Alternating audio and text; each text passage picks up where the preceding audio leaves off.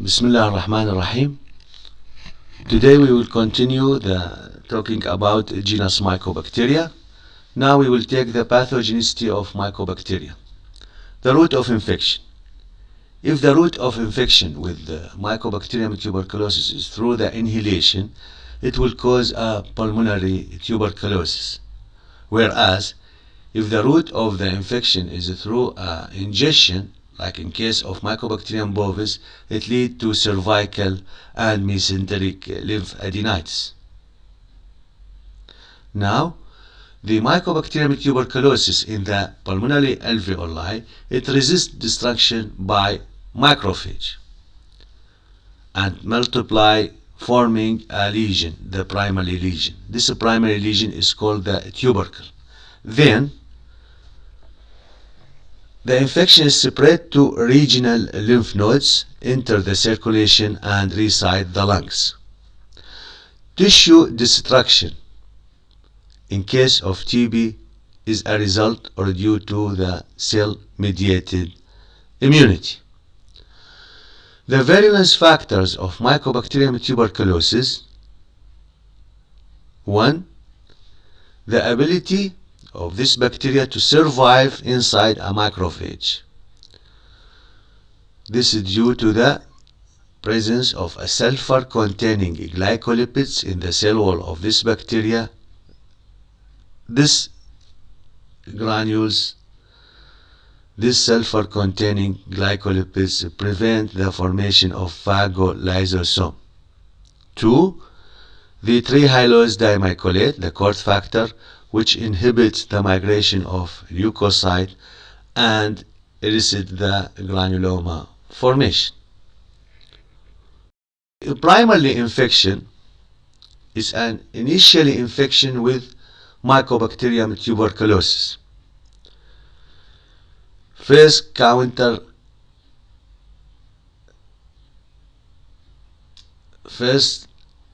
infection with Mycobacteria, the first introduction of the bacterium to the body is causing a primary infection, usually involve the mid or lower lung field, and usually the focus is single. The cell-mediated immunity controlling the infection and the patient remain asymptomatic. The scar of a primary infection, اللي هو الفocus of the infection plus the lymphadenopathy, the regional lymph node, the primary complex, is usually calcified and the bacilli slowly die in the lesion. But some of the bacilli may remain viable for years. This is the case of primary infection. Involve the mid or lower lung field, usually single lesion, asymptomatic because of the cell-mediated immunity controlling the infection. And if we take a chest X-ray, the chest X-ray show a calcified lesion of the primary complex. Active tuberculosis, active case of TB, either occur as a progression of the primary infection or a reactivation of a latent infection. In case of a progression of a primary infection, here the tubercle bacilli not controlled at the site of the infection, bacilli diffuse through the lymphatic vessels and the bloodstream to any organ in the body, involving the apex of the lung, kidneys, bone, lymph node, meninges, brain, and intestine. The other way of having active case of tuberculosis is the reactivation of a latent infection. As we said, the bacilli may remain latent at the site of a primary infection for years, and due to the dropping in the immunity of the patient, it will be presented in form of active case of TB. The third form of clinical manifestation of the infection with the tubercle bacilli is a miliary or disseminated tuberculosis. Usually occur in very young or elderly individual or those having immune compromised state. Typically, here in miliary tuberculosis, a necrotic tubercle open into a main blood vessel through the erosion, leading to a hematogenous spread. Patient presented with a numerous granulomatous nodule with a fulminating infection in every organ system of the body. This form of TB have high mortality rate. Clinical finding, clinical presentation of any case of TB: fatigue, weakness, weight loss, afternoon fever, and night sweat. And if the infection is present in the lungs, in case of pulmonary tuberculosis, the patient presented with cough and hemoptysis of blood in the sputum. The laboratory diagnosis: if we want to diagnose a case of TB through the lab method, we first need to demonstrate the presence of acid-fast bacilli in the stained smear of sputum, or we take the early morning gastric lavage. Sometimes it's difficult to obtain well sputum from the elderly patient, or in case of a young child, we take a early morning gastric lavage, gastric wash, which contains the swallowed sputum as a specimen to demonstrate the presence of acid-fast bacilli. The second laboratory method to diagnose the TB is by isolation of the bacteria, and we said in the first lecture the media used for the primary isolation of the tubercle bacilli is Lewishton-Jensen media. The third way of the diagnosis of TB is by a tuberculin test, delayed type hypersensitivity test, the tuberculin test.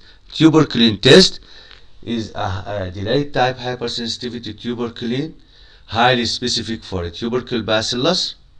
Here we take a purified protein derivative from the Mycobacterium tuberculosis, it's called the PPD, and this purified protein derivative injected intradermally in the superficial layers of the flexor surface of the forearm. This technique in the performing the tuberculin test is called the Mantoux test. So the Mantoux test is a technique for demonstrate delayed type hypersensitivity reaction to PPD by intradermal injection in the flexor surface of the forearm. The diameter of induration at the injected site measured in millimeter after 48 hours. Reactivity to tuberculin occurs 1 month after the infection and remain persistent for life. The person becomes positive to tuberculin after month of the infection and persistent for life. Positive tuberculin test. Positive test mean a previous infection, does not mean active infection. If we have if we perform a Mantoux test and the result is positive, or the meaning of positive tuberculin test is a previous infection with a tubercle bacilli, but does not mean active infection.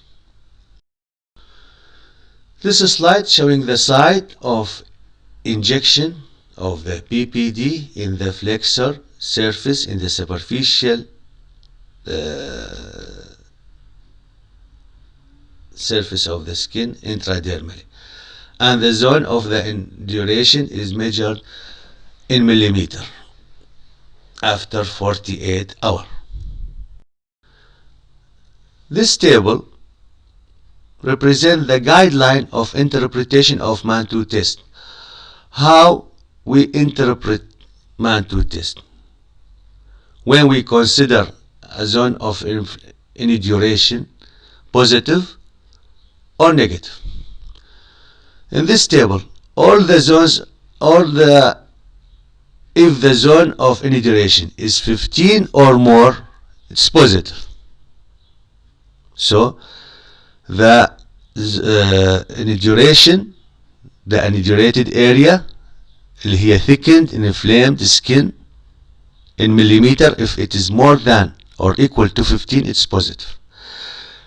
If it is 5 millimeter or slightly more, it's considered positive only if the patient is immune compromised or a history of recent contact to a person with active TB or having abnormal chest X-ray. The zone of inundation, if it's 10 or slightly more, is considered positive only if a foreigner coming to endemic area of TB, those having low income, drug abuse, residents of nursery home, very young or very elderly person, healthcare workers, those who work in TB lab, medical condition associated with increased risk of TB. There is certain medical condition associated with increased cases of TB like diabetes mellitus, silicosis, gastrectomy, prolonged corticosteroid therapy, or the patient is below ideal body weight by 10% or more. Only in these cases, a zone of inundation 10 or more considered positive. So this is all about the guideline of interpretation of MAN2 test. How we considered a zone of inundation positive, it is 515 or more. And in case of 5, we considered positive only in cases we show it in the table, and in case of 10, the cases of positive also shown in the table. This chest X-ray showing that the main site of involvement of post-primary tuberculosis, the active tuberculosis, is the apical zone of the lung in form of a cavitating lesion. Again, a chest X-ray showing an involvement of the lung with the infection with TB. And this is the mottling shadow of case of miliary tuberculosis. Now we will come to the treatment. In a treating case of TB, we must remember that we usually use at least two drugs. At least two drugs used to treat a case of TB to avoid the emergence of resistant strain, because the resistance in case of Mycobacterium tuberculosis is high. So we use at least two drugs at the same time simultaneously to avoid this. The duration of treatment should be continued for months, several months, and depend on the severity of the disease. If the disease is pulmonary tuberculosis, the duration of the treatment, of course, is different from that if we have a CNS involvement or bone involvement with the infection with TB. The drug used in the treatment of TB, we call them the anti-tuberculous drug.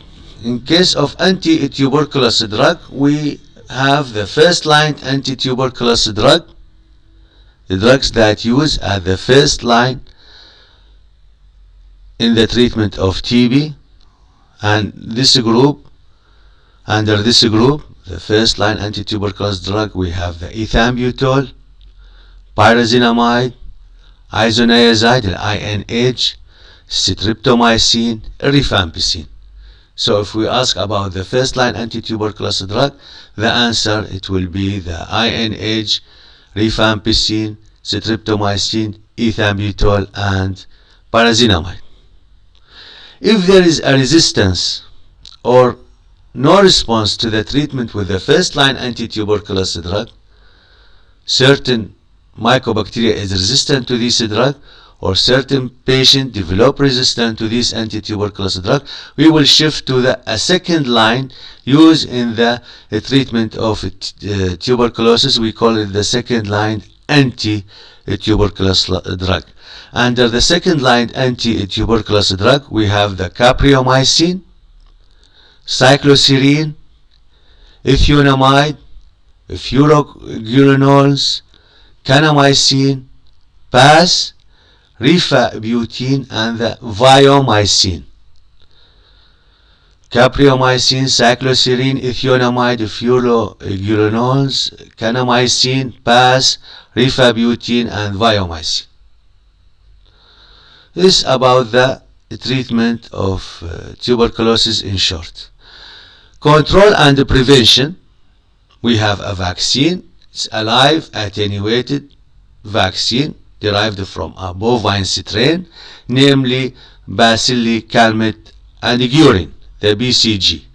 So the vaccine used to controlling and prevent infection with TB is a BCG vaccine. It's a Bacilli calmette anigurin, and it's a live attenuated bovine strain used to vaccinate the children in many countries. The second point in controlling an infection, the tuberculosis, if we want to eradicate the tuberculosis in cattle by this and pasteurization of poultry product, we will end the infection or reduce the infection of Mycobacterium bovis. To control infection with Mycobacterium bovis, we should control the infection in cattle and pasteurize milk. Now we will come to another Mycobacterium species, is the Mycobacterium leprae. Mycobacterium leprae, we take it in the classification of Mycobacteria, and we said that it's a citric pathogenic species, and the Mycobacterium leprae cause disease called leprosy, الجذام, and another name of leprosy is the Hansen's disease. Hansen's disease, after the Norwegian physician which discovered this bacterium, Gerald Hansen. So Hansen's disease and leprosy is the same, which is a disease caused by the infection with Mycobacterium leprae. Leprosy is an infection of skin, peripheral nerve, and the mucous membrane. Mycobacterium leprae infect the skin, mucous membrane, and peripheral nerves, leading to hypopigmentation, loss of sensation at the site of infection. And the infection with leprosy usually occur or particularly involve the cooler area of the bodies. We always should remember that leprosy is an infection of skin, mucous membrane, and peripheral nerves involving a cooler body area, a cooler area of the body, and the presentation in form of hypopigmented skin lesion with absence or abnormal sensation of the involvement nerves. Mycobacterium leprae, as other mycobacteria, is a citric aerobic rod surrounded by a characteristic waxy coat which is unique in Mycobacteria. If we take the size and shape of Mycobacterium leprae under the microscope, is resemble the size and shape of Mycobacterium tuberculosis. We cannot differentiate from the size and the shape of Mycobacterium leprae from that of Mycobacterium tuberculosis. But Mycobacterium leprae never been grown in artificial culture. It needs a laboratory animal in order to growing this bacterium. Now we will come to pathogenesis and the clinical disease caused by Mycobacterium leprae. Bacteria, the Mycobacterium leprae, spread by direct contact and inhalation of a contaminated air, coughing or sneezing, through coughing and sneezing. So the infection is either occur by direct contact with infected person or from coughing and sneezing through contaminated air. but we should remember that the incubation period of leprosy is very prolonged. The incubation period is prolonged and may take years before the person catching an infection with leprosy. Need a prolonged direct contact or contamination with the contaminated air for a prolonged period in order to catch a leprosy. There are three forms of leprosy: libromatous leprosy, borderline leprosy, and tuberculoid leprosy. Libromatous, tuberculoid, and borderline leprosy. The most severe form is the libromatous leprosy. Patients having strong cell-mediated immunity to Mycobacterium leprae presented in form of a tuberculoid leprosy, whereas those patients with weak or absent cell-mediated immunity to Mycobacterium leprae develop libromatous leprosy. Virulence factors of Mycobacterium leprae is the waxy exterior coating of this bacteria due to the mycolic acid, which is unique in case of Mycobacteria. The clinical feature, again, onset is insidious, prolonged. Lesion involve the collar area of the body, involving skin, mucous membrane of the nose, pharynx, larynx, superficial nerves, and the eye. In case of the male, the testicles. The lesions of leprosy either involving the skin, and the skin lesion of leprosy presented in form of pale, anesthetic macular lesion. The size of the macule between 1 to 10 cm, or presented in form of nodular lesion, either diffuse nodule or discrete nodule, 1 to 5 cm nodule, or presented in form of infiltrative skin diffuse skin infiltration. This is all about the skin lesion in leprosy, either in form of macule or nodule or skin infiltration. The neurological or the nerve involvement in case of leprosy either represented in form of anesthesia, paresthesia, neuritis, or thickened skin. In other words, the infected peripheral nerve with Mycobacterium leprae presented in form of thickened nerve can be felt by hand in the examination as a thickened nerve, or absence of the sensation, anesthesia, or abnormal sensation, paresthesia, or pain at the site of the infection, neuritis. This followed by, due to the absence of the sensation at the site of the infection of peripheral nerve, with a trophic ulcer. After that, bone resorption with shortening of the digits. And I have a slide of this severe disfigurement due to the infection with Mycobacterium leprae. Eye involvement in form of nodule is common in leprosy. If we want to make a comparison between tuberculoid leprosy and the libromatous leprosy, the tuberculoid leprosy is usually benign, non-progressive, skin lesion, macular skin lesion, nerve involvement severe, asymmetric nerve involvement. The lesion, skin lesion, usually contain low number of the bacilli, few bacilli present in the lesion, paucibacillary, and positive lepromine skin test. In case of libromatous leprosy, the infection is progressive and malignant. Skin lesion, nodular skin lesion, nerve involvement يكون slow, symmetric nerve involvement, and the lesion, skin lesion, يكون abundant, many bacilli present in the skin lesion, abundant acid-fast bacilli, or what we call it multibacillary skin lesion. and the Libromin test is negative.